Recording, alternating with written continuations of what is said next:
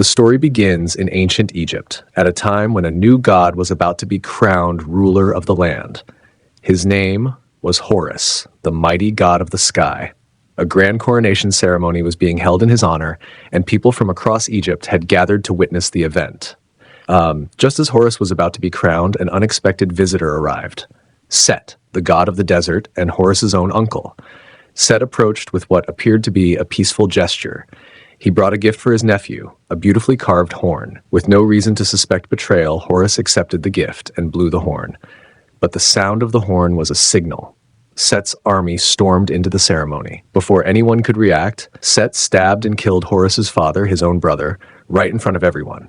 A moment of celebration had turned into chaos and grief. Set then declared himself ruler, announcing that anyone who did not kneel before him would be killed. Out of fear, all the gods and mortals bowed down, submitting to his tyranny. But Horus, filled with rage, refused to surrender. A fierce battle erupted between uncle and nephew, and the two gods transformed into their divine forms mid-fight. The sky darkened as they clashed with thunderous force. Despite his courage, Horus was defeated. Set overpowered him and, in a brutal act, ripped out both of Horus's eyes, the source of his divine vision and power. But instead of killing him, Set let Horus live, condemning him to a life of blindness and exile. With no one left to oppose him, Set seized control of all Egypt. His reign turned the once great kingdom into a land of fear and oppression. Mortals were treated like animals, and slavery became a way of life. In the midst of this darkness, a young mortal named Bek appeared. Bek lived a hard life, but he had a spark of courage. His childhood friend, a girl he deeply cared for, worked as a slave for the architect who designed Set's monuments. Life was cruel, and their chances to meet were rare. Still, they dreamed of freedom. Bek's friend believed that Horus was the only one who could stop Set and bring hope back to Egypt. So they made a bold plan. She revealed that Set's treasure vault, where he stored all his valuable possessions, also held the eyes of Horus. She knew the layout of the vault, and together they plotted to sneak inside, steal the eyes, and return them to Horus. In doing so, they hoped to convince the fallen god to rise again and fight back. Bek bravely entered the heavily guarded treasure chamber. But it was no easy task. The place was filled with deadly traps and ancient mechanisms, all designed to protect Set's secrets. Set's treasure vault was a place designed to be impenetrable, full of deadly traps and hidden dangers to prevent anyone from stealing even a single item. But Bek, clever and fearless, managed to slip through every trap with ease. Inside, he successfully stole one of Horus's eyes, which shimmered with a brilliant divine light. Alongside it, he also took a small golden artifact, just in case he needed a decoy. Bek returned to his friend, hopeful and excited, but their escape didn't go unnoticed. Set's soldiers surrounded them, alerted by the master architect, the same one Bek's friend worked under. The architect had discovered that the treasure maps were tampered with and knew something was stolen. He confronted Bek, demanding, "What did you steal from the god's vault?" Bek, thinking fast, held up the small golden item he'd taken and replied, "Only this, just a minor trinket." He carefully hid any mention of the Eye of Horus. Despite this, both were sentenced to death. As the soldiers moved in to arrest them, Bek pulled out Horus's eye, and the dazzling light blinded the soldiers temporarily. Taking advantage of the confusion, Bek and his friend escaped. But just when they thought they were safe, the architect fired an arrow, striking Bek's friend and leaving her gravely wounded. Desperate, Bek rushed to the ancient temple where the fallen god Horus now lived in exile. He called out, "Horus, I have your eye!" Horus appeared and demanded it back immediately, but Bek refused to hand it over without a promise. "I'll return your eye," Bek said firmly, "but you must do something for me first." Horus was enraged. A mere mortal daring to bargain with a god? In anger, Horus lunged at him, attacking again and again, but Bek evaded every blow.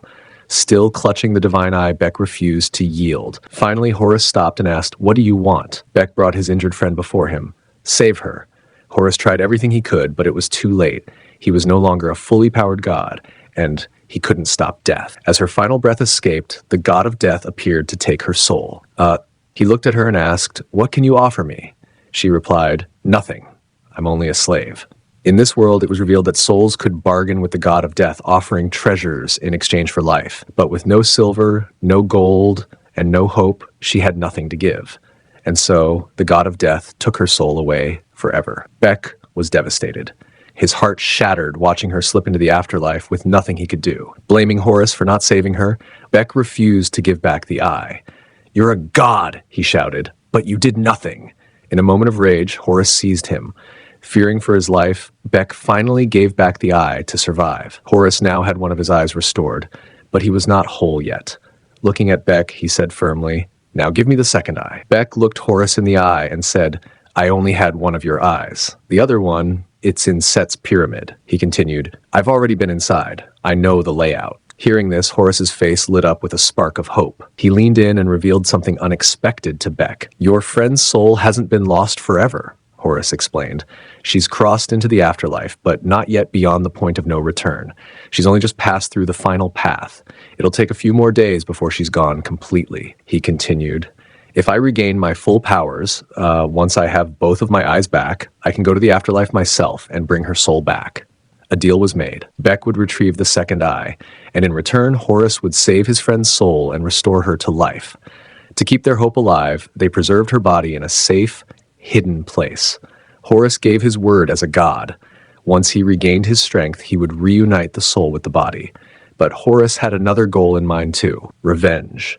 He would end Set's tyranny and reclaim his rightful place as Egypt's protector. Meanwhile, Set had already learned that one of Horus's eyes had been stolen, and worse, that Horus had it back. Furious, he gave the order, "Find them, kill them both." As Horus and Beck set off on their mission, they climbed a great mountain. The winds howled and the climb was steep.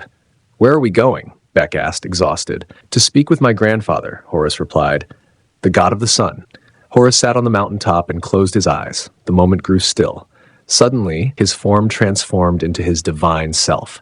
His wings expanded, glowing with golden light, and with a powerful leap, he soared into the skies and ascended to the heavens. Above the clouds, he reached the realm of Ra, the sun god, his grandfather and the creator of all life. This celestial place overflowed with power. It was here that the energies of creation flowed, waters that birthed humans, animals, and gods alike. But this place wasn't safe. It was constantly under threat from Apophis, the demon of darkness who sought to devour the world. Ra, in his divine form, appeared, wielding a powerful weapon, ready to confront the evil that threatened Earth. Ra's duty was clear: hold back the forces of chaos, keeping the world alive with his eternal light. When Horus arrived, he knelt before Ra and poured out his heart. "Grandfather," he said, "Set killed my father. He tore my eyes from my face. He now rules Egypt with cruelty and enslaves its people." Ra listened in silence. Then he said calmly, "If I intervene in the quarrels of my sons, my focus will stray from the true enemy, the darkness that waits to destroy the world." Horus pleaded with him for help. "Please, lend me your power." But Ra's voice was firm. "Everything unfolds as it must. The course of destiny cannot be altered." Still desperate, Horus asked for something else: the sacred water of creation. This water was no ordinary liquid. It was the essence of life itself, the magical element from which all beings, human and divine, were formed. With hope hanging in the balance, Horus prepared for what was next. With this sacred gift in hand, Horus descended back to earth. The moment his feet touched the ground, his divine form faded away. Without both of his eyes, he could not hold on to his full godly appearance. His strength remained incomplete. While traveling through a dense forest, Horus and Beck were suddenly ambushed by Set's warriors, sent to eliminate them. A fierce battle broke out. Horus fought with all his might, but he was still weaker than before. Amid the chaos, one of the soldiers managed to throw Horus off the edge of a steep mountain. Without hesitation, Beck jumped after him, refusing to leave him behind. Just before they hit the bottom, Horus unleashed the power of the divine weapon he carried. The weapon glowed bright, slowing their fall and saving their lives. At that moment, Beck finally understood the purpose of the divine water. Horus revealed the secret. "There's a hidden pyramid in this world," Horus said, "one that burns with eternal fire. That fire fuels Set's strength. If I pour the divine water into it, the fire will die. His power will weaken, and then I can destroy him." Beck nodded in determination, but Horus warned him, "Now that Set knows we're coming, he'll send his most fearsome hunters." Just as he predicted, two deadly women appeared. They were fearsome warriors, riding monstrous snake-like creatures with flaming breath and razor-sharp fangs. At the same time, Set paid a visit to someone powerful, the goddess of love. She had once ruled the realm of the dead, but was brought back to the world of the living by Set himself.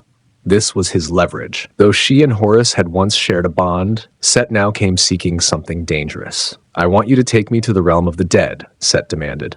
"I intend to rule there as well." But the goddess of love refused without fear. She knew Set had regained one of Horus's eyes and was becoming stronger. Infuriated by her defiance, Set tried to kill her. But before he could strike, she removed the magical bangle from her wrist, transporting herself briefly to the realm of the dead. That bangle was her shield. As long as it remained on her wrist, the dead couldn't touch her. If she removed it for too long, they would pull her into their world forever. But she was clever. She returned to the world of the living in time, avoiding Set's wrath. Meanwhile, Horus and Beck arrived at an ancient, forgotten temple, a place where the other eye of Horus was believed to be hidden. But the two monstrous snake beasts and the women riding them caught up to them.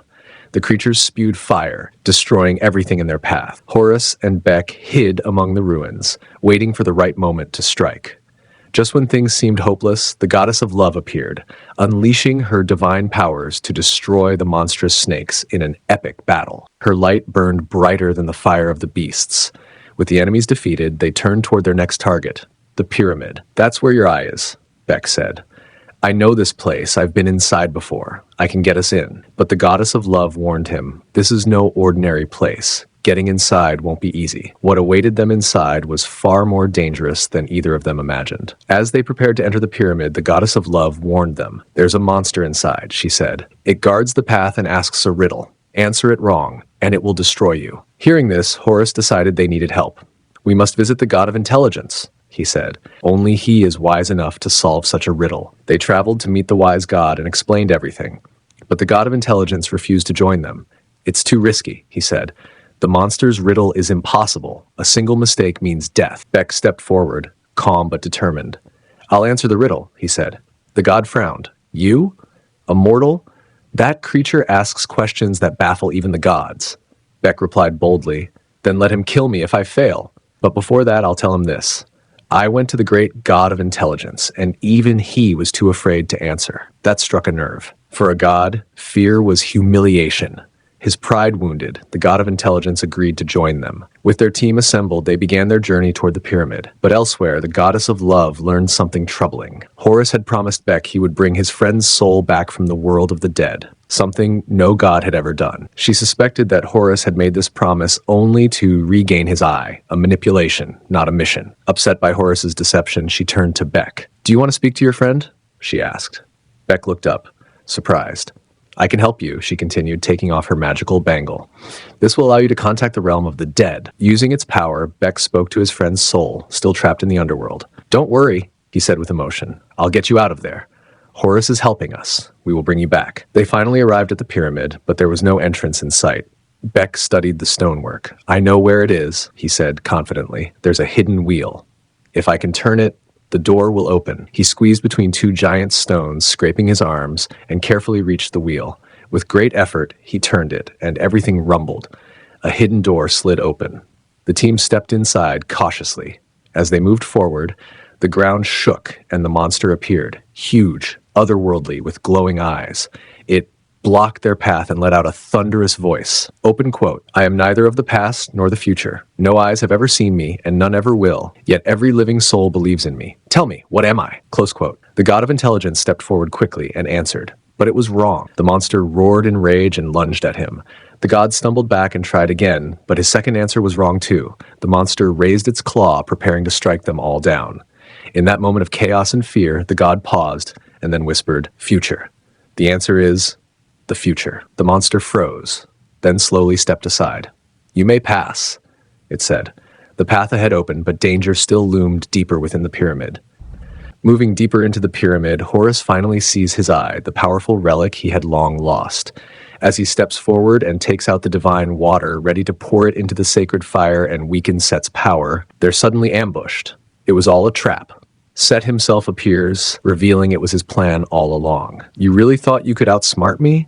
he mocks. Without warning, Set rips out the brain of the god of intelligence, declaring, "This is exactly what I needed." In the chaos, Beck manages to grab the divine water again. He holds it over the fire and shouts, "Stay back! I'll throw it in and destroy your power." But Set smirks and pulls out a small necklace. "This belonged to your friend," he says coldly. "Think carefully. Horus used you. You really think he can bring the dead back?" He steps closer. "If you drop that water, I'll destroy her body. and then she'll never return. Beck hesitates. The threat is too real. For the sake of his friend, he lowers his hand and hands over the divine water to Set. With a triumphant grin, Set throws the divine water away, wasting its power. Then he vanishes, escaping the pyramid as it begins to collapse. Horus manages to rescue everyone just in time, pulling them out before the pyramid crumbles. But Set is far from finished. Using the stolen brain of the god of intelligence, he fuses it with his own, gaining immense wisdom and power. Armed with this new strength, Set flies to his father, the god of the sun. But his visit isn't out of love or respect. He attacks. Set defeats his own father and steals his celestial weapon, the very one used to fight the great demon of darkness. With the sun god's weapon now in Set's hands, the force of darkness is unleashed upon the world, beginning its destruction. Meanwhile, Horus and the goddess of love escape the ruined temple. Beck, heartbroken and betrayed, is devastated. I was just a tool, he says bitterly, a pawn in your game. But the goddess of love stands by his side. No, she says gently, you still have a chance to save her. She calls upon the god of death. How much do you ask to take us to the realm of the dead? She asks. The god of death replies solemnly, the cost is greater than anything you can offer. The goddess of love then removes her magical bangle and holds it up. Is there any price higher than this? She asks. Horus tries to stop her. Don't do this. If you take it off, the dead will trap you. But she hands the bangle to Beck anyway, knowing what it means. She willingly walks into the realm of the dead, sacrificing her safety. And now, with the bangle in hand, Beck follows, determined to save his friend. In the underworld, his friend's soul stands at the final gate, about to be judged. A price of gold is demanded. Without it, she'll be lost forever. I have nothing, she whispers, hopeless. Just then, Beck appears, holding the glowing bangle. Its magic is enough to pay the price. Meanwhile, the Satan of darkness emerges into the world, unchallenged now that the god of the sun is gone. The world trembles. But the god of death turns to Beck and says, you must go back. Only Horus can stop this creature. Beck runs back to the living world, with time running out, and the fate of the world hanging by a thread. Set now possesses his father's mighty weapon, yet instead of using it to protect the world, he prepares to lead the Satan of darkness toward the sacred divine water. This divine water is no ordinary liquid. It was used in the creation of the world. If the Satan of darkness drinks it, the entire world will be destroyed. Before the creature reaches it, Horus arrives just in time. He charges forward, determined to stop Set, and a fierce battle begins. But Set is still too powerful. Once again, he overpowers Horus. Just when he's about to land a final fatal blow, Beck appears, racing into the fight. With quick thinking and bravery, Beck reaches into Set's armor and pulls out Horus's missing eye. He tosses it to Horus, but before Horus can catch it, Set hurls him aside and the eye falls far from reach. Now Horus faces a difficult choice, retrieve his eye and regain full power, or save Beck, who's now in danger. Horus makes his decision. He turns away from the eye and dives to save Beck. In that selfless moment, something extraordinary happens. Horus transforms. His godly appearance returns, even without the eye. It's now revealed. His true power was never in his eye, but in his heart. By choosing compassion over vengeance, Horus becomes whole again. As he lifts Beck to safety, his missing eye is restored as a reward for becoming a true god. With his full power returned, Horus confronts Set once more. This time, it's Set who is overwhelmed. Horus gains the upper hand, and just as he's about to strike the final blow, Set begs for mercy. Please, don't kill me. I let you live once. Give me a second chance. But Horus replies coldly, I'm not a fool like you. I won't make the same mistake.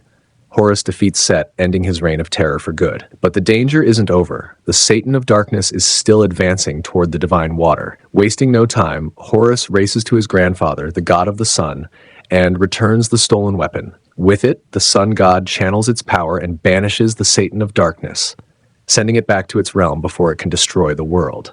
However, in the battle's chaos, Beck loses his life. Horus, now the mightiest god of Egypt, honors the promise he once made.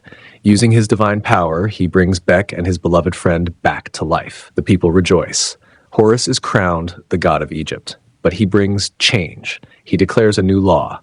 Only those who lived with goodness in their hearts shall be reborn, not those who traded in silver or gold. Finally, Horus journeys into the realm of the dead, determined to bring back the goddess of love who had sacrificed herself for their cause. With balance restored, justice served, and love reclaimed, the world begins anew, and the movie ends on a triumphant, hopeful note.